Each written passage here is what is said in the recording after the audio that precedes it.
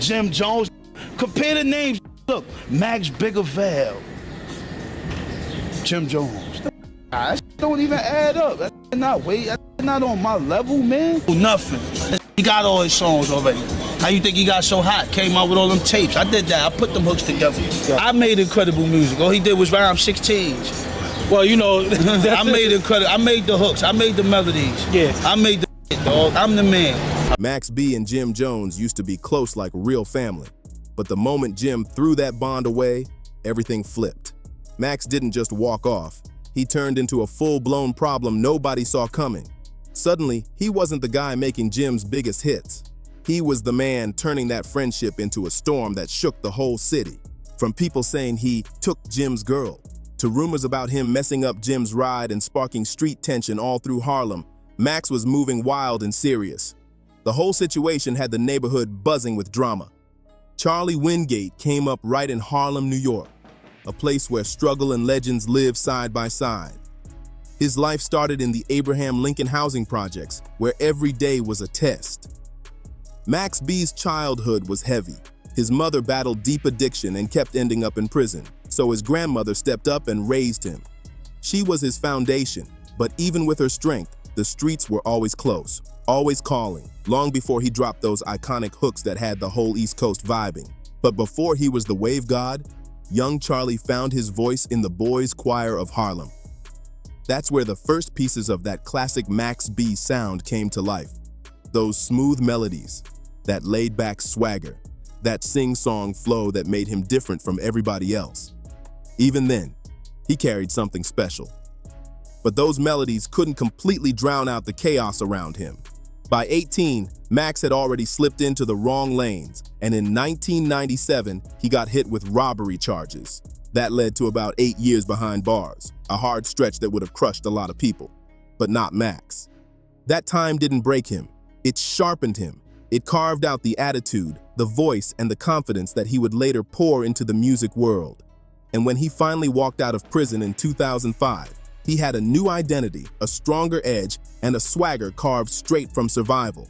That's when the world met Max Biggavel. His name inspired by giants, built on ambition, pain, and pure wave energy. He stepped out ready to shake the whole game. Biggie Smalls, Machiavelli, Tupac, and Jigga. Jay-Z. Max B truly believed he carried pieces of all of them inside his style.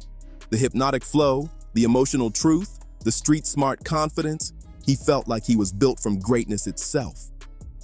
When Max stepped out of prison, Harlem was shaking with energy. The diplomats had the whole borough on lock, and Cameron and Jim Jones were running the streets with serious momentum. Max linked back with Cam, and through that connection, he met Jim Jones, a meeting that would spark one of the most explosive chapters in Harlem music history. It didn't take long before Max signed with Jim's label, Bird Gang, and started working with legendary Harlem producer Dame Grease. The chemistry hit instantly and hard. Max dropped his first mixtape, $1 Million Baby, in 2006, and the streets lost their minds. His voice, his swagger, his raw emotion, everything about Max felt electric. It was like somebody bottled chaos and melody together and unleashed it on New York. Bird Gang also had stack bundles rising fast, and with both Stack and Max in the camp, Jim Jones had a powerhouse under his wing. Max quickly became the secret weapon, laying down hooks and verses that made Jim's tracks sound bigger, smoother, and more unforgettable. Songs like Baby Girl became essentials, and every time Max touched a track, you could feel the shift. But even with the music climbing, the streets always had a tight grip on Max. And in September 2006, everything took a sharp, dangerous turn. Word came to Max through his ex-girlfriend Gina Conway about a man named Alan J. Plowden, a flashy guy moving around with big cash, luxury cars, and a lifestyle built on a mortgage and mail fraud scheme. Gina told Max every detail, and rumors say jealousy and ambition started mixing into a dangerous plan. According to Gina, Max talked about hitting a lick and promised he'd break anyone off if they helped. What happened next is still argued to this day, but the ending was tragic and clear. Max wasn't physically there when the situation exploded, but prosecutors claimed he was the mastermind. Gina Conway, who was dealing with her own issues and hustles, testified in court that Max sent her and his stepbrother Kelvin Sims Leardam to rob Plowden at a Holiday Inn in New Jersey. The plan was supposed to be simple. Wait until Plowden went out clubbing, sneak in, and grab whatever they could find. But everything fell apart from the start. Gina and Sims reportedly got lost for hours, missing exits and wasting time. By the time they finally reached the hotel room, Plowden was already back, sleeping beside another woman. And then David Taylor walked in, a man who wasn't even part of the situation. Sims panicked and fired, hitting Taylor in the face in an execution-style shot that turned a robbery into a murder instantly. The whole operation collapsed in seconds. Gina Conway became the first domino to fall. Once she got caught, she started talking fast, giving up everything to save herself. She gave a 169-page statement and placed all the blame on Max, painting him as the person who put the plan together from the jump. She said he promised her everything: money, loyalty, commitment if she played her part. And when authorities came after Max, they didn't hold anything back. They arrested him and hit him with serious charges, including felony murder. His bail was set at a massive $2 million, and Max B found himself locked in a cold jail cell with his entire future hanging over him. Time froze for Max B, but the world kept spinning without him. Meanwhile, Jim Jones, the same man who signed Max and leaned on him for that wavy magic, was suddenly everywhere. Jim dropped "We Fly High," ballin', and the track exploded. Overnight, it became an anthem, the biggest hit of Jim's career. And Max later said he was the one who wrote it, claiming he ghost-wrote that song and plenty of Jim's other major hits. But while Jim was doing shows, stacking checks, and popping up in interviews, Max sat in a cold jail cell fighting for his freedom and fighting not to be forgotten. After 10 long months locked up, Max's bail finally dropped to $90,000. But that's where things took a dark turn. Jim stepped in, but not out of loyalty. Reports say he used the bail money like leverage, telling Max he'd only help if Max signed over his publishing and agreed to deliver 6 albums under him. Max was stuck, broke, and trapped, with no real options. He signed the deal, Jim got control of the entire Wavy catalog, and Max got temporary freedom. Freedom that now came with chains he couldn't see but definitely felt. Max B walked out of jail in July 2007 a different man. Colder, sharper, and filled with resentment that weighed on him heavy. He was broke, betrayed, and locked into a contract that handed his future earnings to someone who seemed to benefit the most from his downfall. Jim Jones, the man Max once treated like a brother, was now shining in the spotlight while Max was trying to rebuild his name from scratch. And while Max sat behind bars, his influence only grew. His mixtapes, his slang, his whole wave spread across the streets like legend.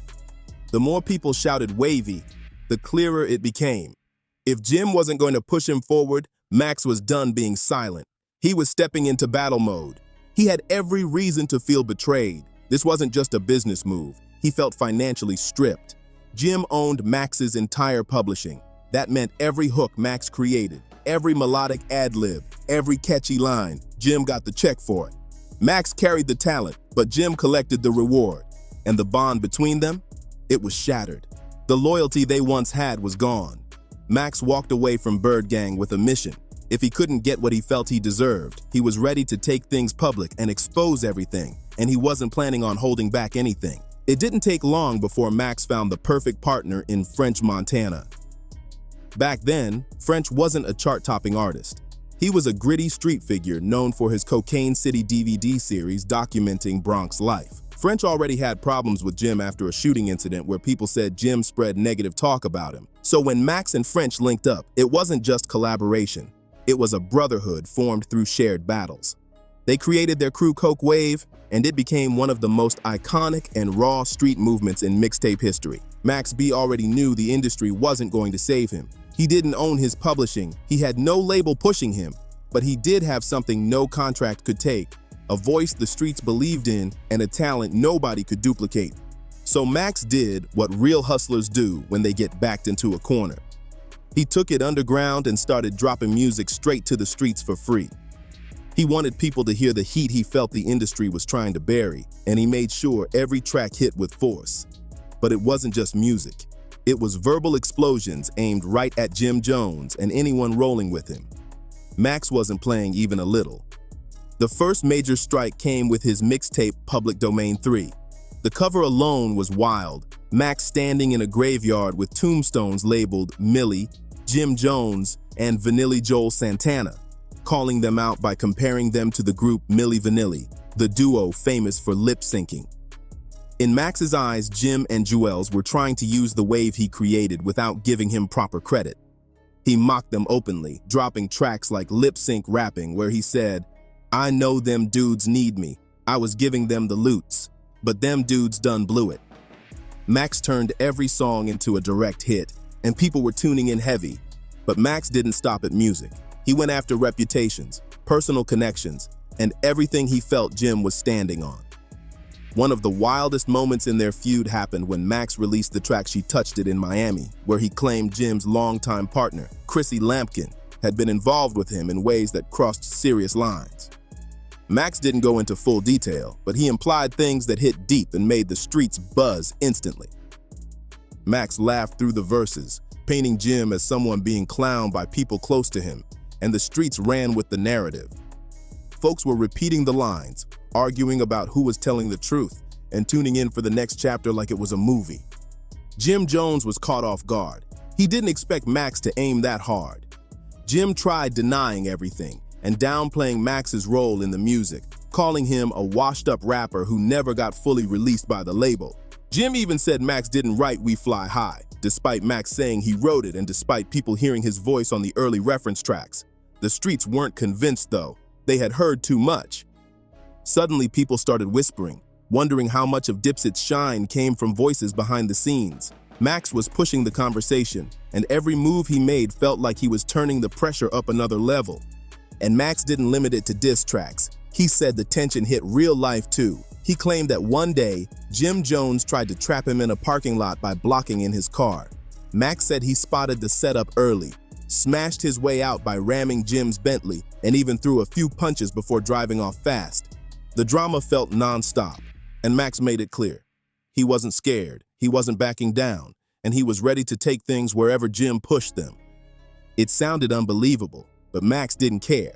He showed off the dents in his car like they were trophies, proof that he stood his ground and wasn't scared of anything.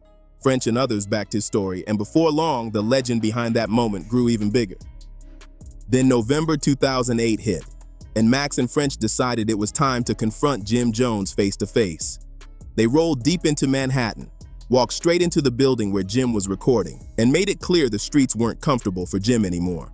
Max later said Jim saw things getting loud and called the cops, which made the situation even more embarrassing for Jones. Around that same time, both camps clashed at a Brooklyn club and everything turned chaotic. Chairs flying, people fighting, and K9 units pulling up. It looked like a scene out of a street film, except it was real life and showed just how far the tension had gone. By the time the dust settled, Max B had done more than diss Jim Jones. He turned Jim into a running joke in the streets. Max became a cult icon, the type of artist who didn't need a label, a budget, or industry love to stay relevant. Even while locked in a contract that took his publishing, he still made himself a legend by flooding the streets with music people still spin today.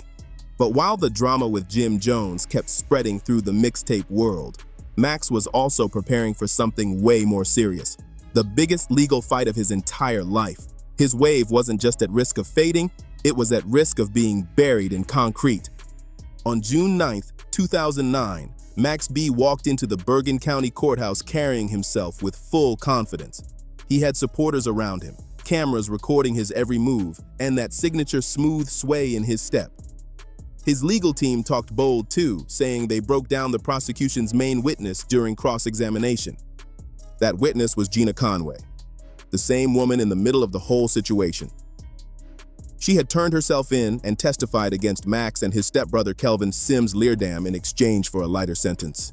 Max's lawyer said she wasn't telling the truth, calling her a scorned woman trying to save herself. But courtrooms don't run on street code or charisma. Swagger doesn't decide a verdict. And when the jury came back with their decision, everything Max believed about loyalty and redemption fell apart instantly.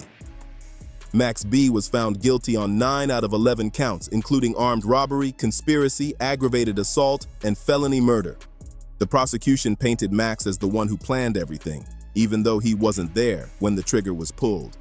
They said he set up the whole operation, pushed Gina and Kelvin to handle it, and expected to collect the reward from a distance. The entire case rested heavy on Gina Conway's testimony, and she had already made a deal with the government. Her original murder charges were reduced to armed robbery and manslaughter in exchange for her cooperation, earning her a recommended 18-year sentence.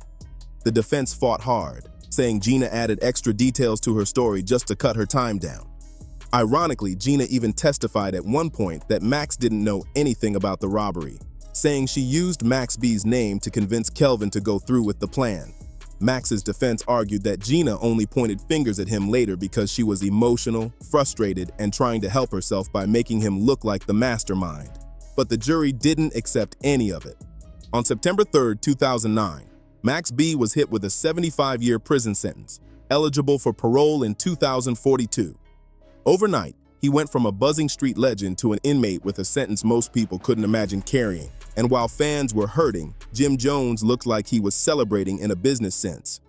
From his perspective, he felt like he made the final move. Max was locked up, couldn't speak for himself, and Jim still held the publishing rights to all of Max's work.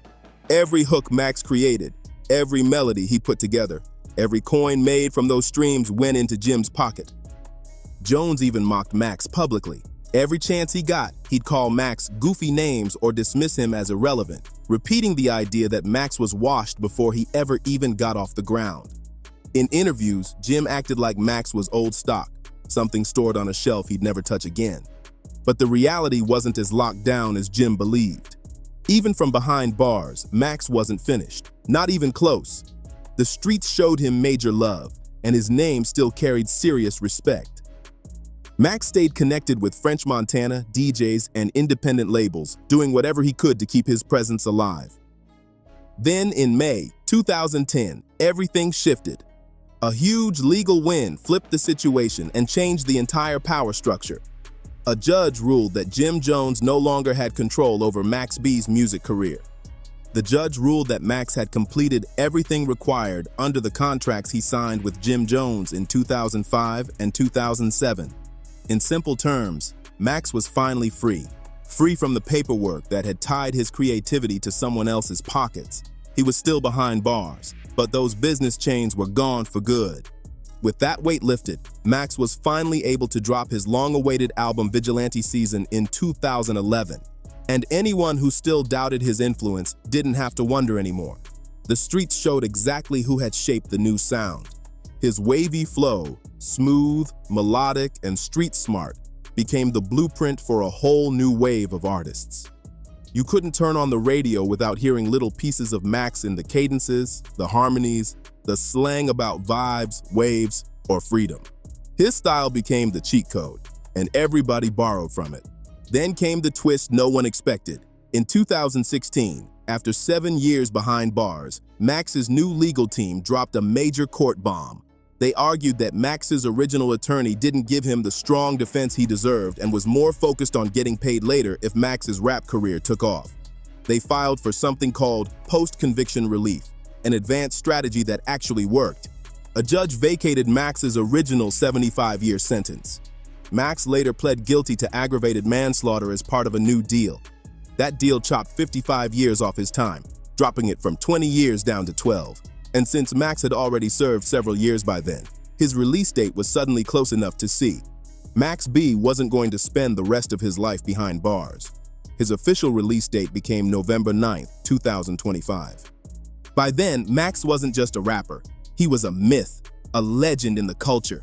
His influence stretched from underground mixtapes to some of the biggest albums in music. Kanye West even tried naming his 2016 album Waves and had to acknowledge Max publicly after the entire wave movement pushed back. Kanye later featured Max's voice on a track. Drake and Wiz Khalifa both said Max inspired them. And even Jim Jones, during one honest moment, admitted that Max B could have been bigger than Drake if he hadn't gone to prison. Now, with 2025 approaching, a big question hangs over everything. Are Max and Jim still enemies, or is the storm finally over? Max, speaking from prison, sounded like a different man. He said he was focused on being a husband and a father of 4. The old anger wasn't there, just reflection and growth. He even hinted that maybe, just maybe, the feud could be put to rest one day. Jim Jones, though, not fully convinced. Even after reconnecting with French Montana and dropping new tracks together in 2023, Jim said Max was a different situation. He didn't wish him harm, but he also wasn't ready to get too comfortable either. The saga that started in Harlem between 2 men who once saw each other as brothers now sits at a crossroads. Peace, tension, or something in between. And the final chapter is coming fast, with Max returning home in 2025. If you enjoyed this deep dive into one of Harlem's wildest stories, make sure you hit that subscribe button, drop a comment, and tap the like. More stories, more drama, more real history coming your way. See you on the next one.